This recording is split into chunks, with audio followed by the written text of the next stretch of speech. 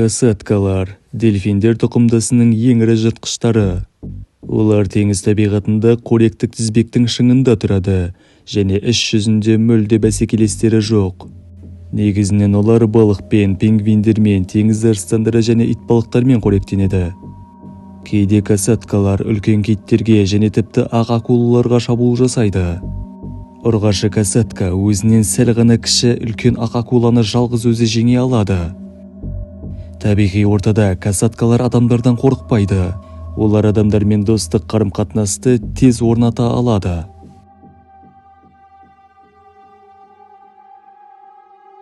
Табиғи ортада касаткалардың адамға шабуылынан қаза тапқан жағдайлар туралы нақты мәліметтер аз. Бұл олардың адамды азық ретінде қызықтырмайтынын көрсетеді. Касаткалар ойын-сауық мақсатында кеңінен қолданылады. Олар адамдарға тез үйренісіп, қолға оңай үйретіледі.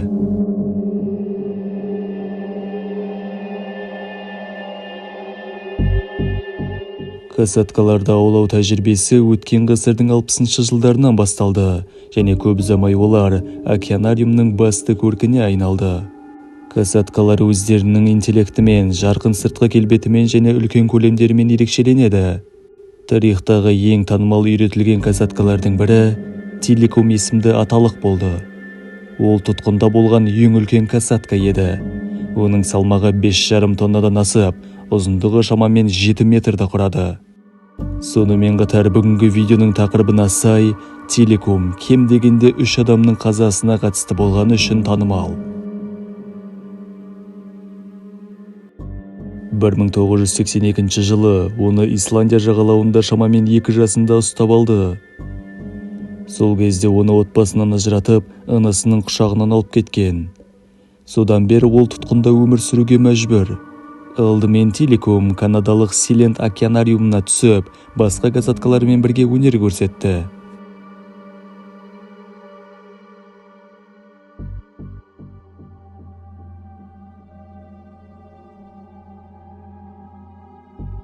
Дрессировщиктер жануарларды үйрету үшін өте қатаң әдістерді қолданды. Кейде оларды күні бойы тамақсыз қалдыратын. Үлкен касаткалар өмірінің жартысынан көбін кішкентай қоршауларда өткізді.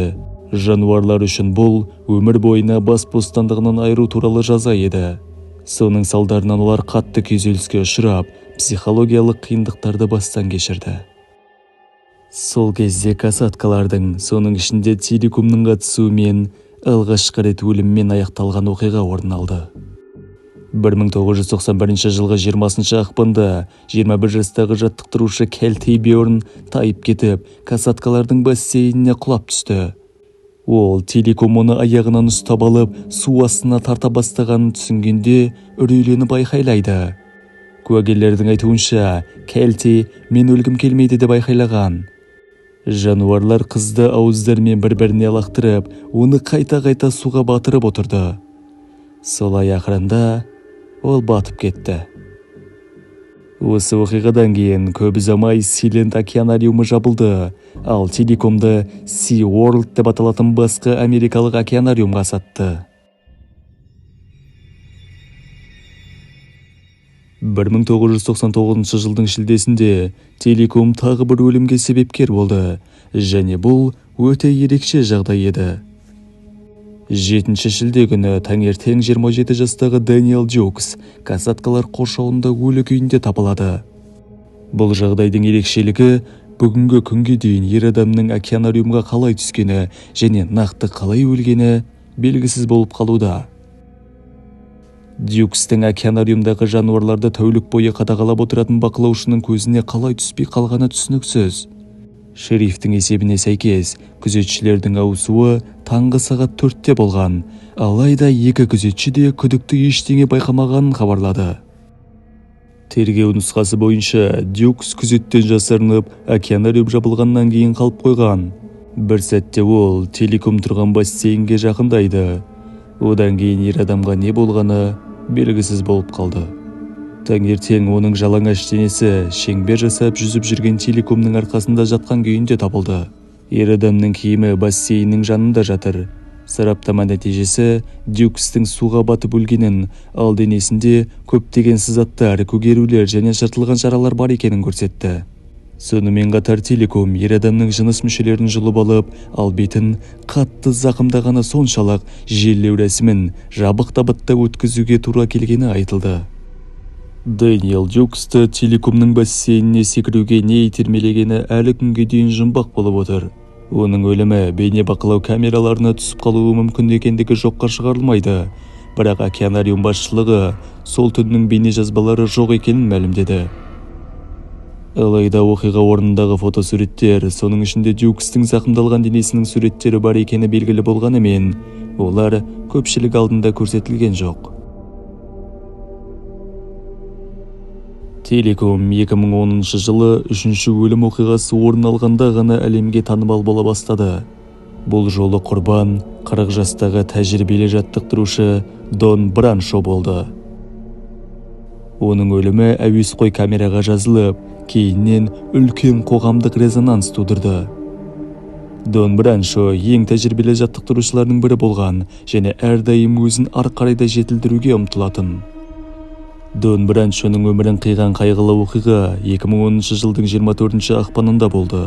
Сол кезде көрермендер ашық аспан астында кешкі ас ішіп, су қойылымын тамашалап отырған. Бастапқыда Телеком Донның барлық бұйрықтарын тыңдап мүлтіксіз орындады. Алайда кейін бәрі кері кететін сәт туады. Дон Телекомға көрермендердің қасынан жүзіп өткенде қанатымен бұлғауды сұрады. Содан кейін ол оған ысқырық сигналы арқылы кері жүзіп барып, сый ретінде балық алу керектігін білдірді. Бірақ Телеком ысқырықты естімей, бассейннің айналасын көтерілген қанаттарымен жүзіп жүре берді. Шамасы Телеком ысқырықты мүлде естімеген сияқты. Десе де, ол нөмірді жақсы орындап, Донға жақындады. Алайда оның тарапынан 3 секундтық бейтарап реакция болды. Бұл жануарға дұрыс істемедің, сондықтан балық алмайсың, әрі қарайда жұмыс істейміз дегенді білдіреді. Бейнежазбадан Донның шелегіндегі балықтың таусыла бастағанын байқауға болады. Жануар балық шелектің түбінде ғана қалғанын сезді.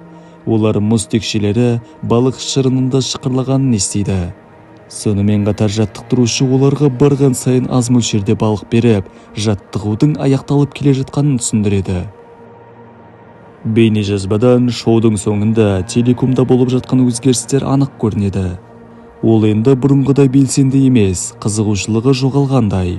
Балық таусылды, ал Дон одан тағы бірдеңе көрсетуді сұрайды.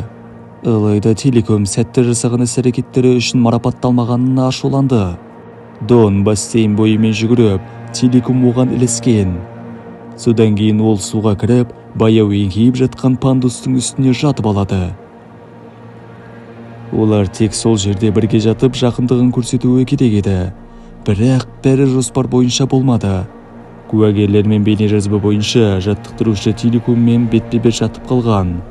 Келесі сәтте Телеком әйелді қолынан ұстап, судың астына тарта кетеді.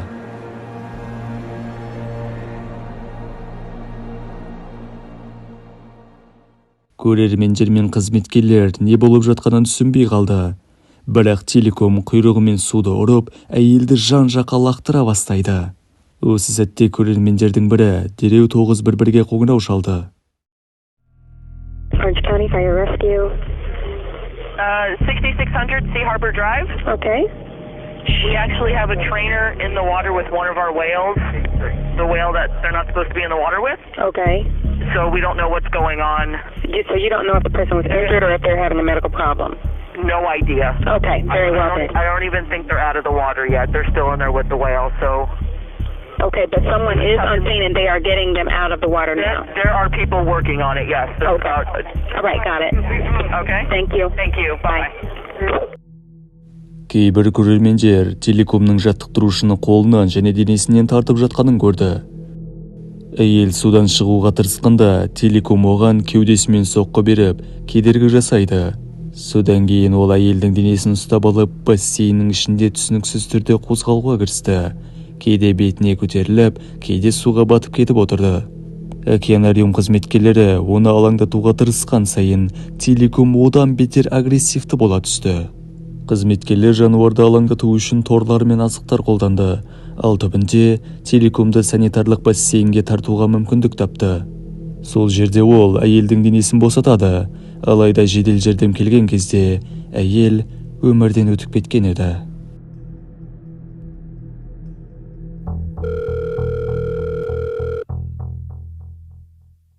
Orange County Sheriff's Office. Hey, this is Joe next door to FD. We need SO to respond for a dead person at SeaWorld. Okay, where at SeaWorld? It's at 6600 Sea Harbor Drive. Mm-hmm. It's on Shamu Stadium. A whale has eaten one of the trainers. A whale ate one of the trainers? That's correct. Сот медициналық сараптама Дон Браншоның өлім себебі суға батып кетуімен көптеген жарақаттар екенін көрсетті. Сот медициналық сарапшы өз есебінде денедегі барлық зақымдарды егжей-тегжейлі сипаттады. Жыртылған жаралар, сызаттар, көгерулер мен соққылардан басқа әйелдің жақ сүйегі, қабырғалары, мойын омыртқалары сынған, жолын үзілген, тізелері шыққан және бас терісі алынған. Дон Браншоның жерлеу рәсімі жабық табытта өтті. Осылайша SeaWorld'те 15 жылдық мансап жолын өткізген Дон Браншоның жарқын карьерасы қайғымен аяқталды. Алайда қанды оқиғаларға қарамастан телеком өнер көрсетуді жалғастыра берді. 2011 жылы ол қайтадан шоуға қосылады, бірақ бұл жолы адамдармен тікелей байланыссыз өнер көрсетті. Агрессияның барлық жағдайлары, соның ішінде өліммен аяқталған оқиғалар негізінен азық табу мақсатымен жасалмаған. Зерттеулерде көрсеткендей, адамдарға, соның ішінде касаткалар мен бұрын достық қарым-қатынаста болған адамға шабуыл жасаудың бірнеше себептері бар. Бұл шабуылдар касаткалардың жұбайларынан және балаларынан айырылуы, жалғыздықтан және жұптасу кезеңінде серіктестің болмауынан туындайтын сағыныштан, немесе тұтқында болудың стресс факторларынан болуы мүмкін. Кейбір жағдайларда шабуылдың нақты себебін анықтау мүмкін болмады, және олар себепсіз агрессияның көріністері ретінде қарастырылды.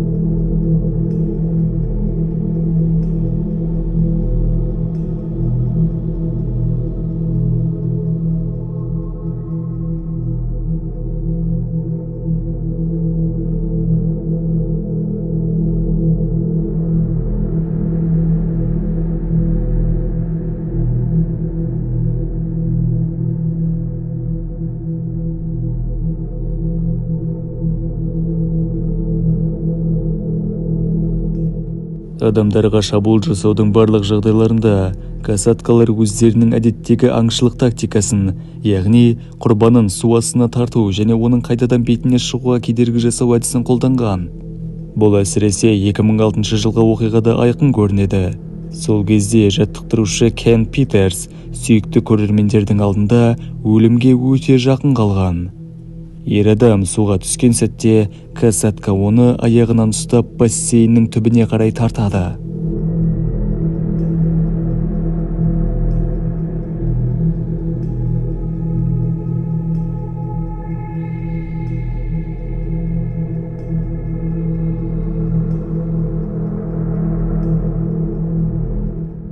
Жоғарыға көтерілгеннен кейін Питерс касатканы тыныштандыруға тырысты, бірақ ол тағы да оны бассейннің түбіне тартты. Ақырында касатка су бетіне көтеріліп, Питерсті босатады. Ол сабырлы болуға тырысып, үрейге бой алдырмады. Қажетті сәтті тауып, Питерс пандусқа қарай жүзіп кетті, ал касатка оның артынан ерді.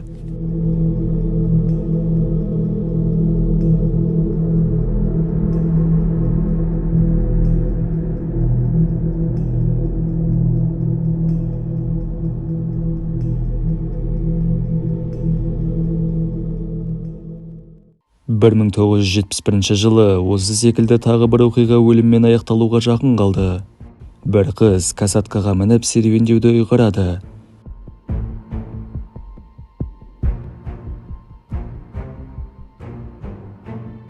Бастапқыда бәрі салыстырмалы түрде тыныш өтті. Бірнеше айналымнан кейін жас шабандоз касаткаға ысқырықпен белгі беріп түсіп қалады. Алайда бірнеше минут өткен соң қыз қайтадан касаткамен серуендеуді шешеді. Ал бұл жолы бәрі оның ойлағанындай көрінбеді.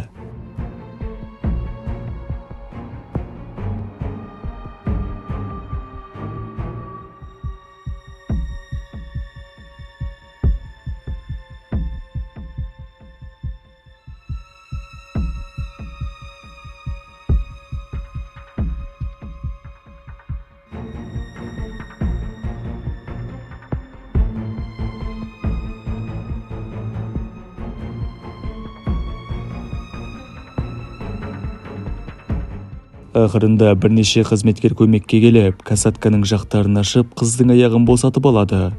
Осы жағдайдан кейін қыз 4 тонна салмақтағы касатканың ойын-сауық аттракционы емес екенін түсінген секілді. Әлемде касаткалардың адамдарға шабуыл жасап өлімге әкелген тек 4 жағдай тіркелген. Қайтыс болғандарды тексеру кезінде барлық жағдайларда өлімнің себебі суға бату және көптеген жарақаттар болғаны анықталды. Кісі өлімінен кейін жарты сағат немесе бірнеше сағат ішінде агрессиялары бәсеңдейді. Біраз уақыттан кейін шабуыл жасаған жануар бассейнге басқа адамдардың кіріп қайтыс болған адамның денесін шығаруға мүмкіндік береді. Ал уақыт өте келе жануар қайтадан түк болмағандай адамдармен араласуға дайын болады. Өліммен аяқталған барлық жағдайларда қайтыс болғандардың денелері бүтін күйінде табылған, яғни бөлшектенбеген. Шабуыл жасаған касаткалар құрбанын тұтастай жеуге, аяқ-қолын тістеп жұлып алуға, немесе денесін шайнап жеуге әрекеттенбеген. Адамдарды өлтіру жағдайларын мүмкіндігінше құрбанға ең аз ауыртпалық түсетіндей түрде жасалған деп сипаттауға болады. Бұл касаткалардың психикасы жоғары дамығанын және солай өз құрбандарына барынша аз зардап шектіруге тырысатынын көрсетеді. 2016 жылдың наурыз айында SeaWorld океанариумы телекомның жағдайы нашарлап бара жатқанын хабарлады. 2 айдан кейін оның жағдайының жақсарғаны туралы айтылды. Алайда тағы да 7 ай өткеннен соң 2017 жылдың 6 қаңтарында океанариум басшылығы телекомның 35 жасында қайтыс болғанын жариялады. Өлімнің себебі ретінде бактериялық пневмония аталды. Телеком жабайы инстинкттерінен, ашу-ыза немесе ессіздік себебінен, немесе өзін-өзі басқара алмағандықтан емес, керісінше шарасыздық пен күйзеліс салдарынан адам өмірлерін қиған. Оған жағдайының күннен күнге нашарлай беруі себеп болды.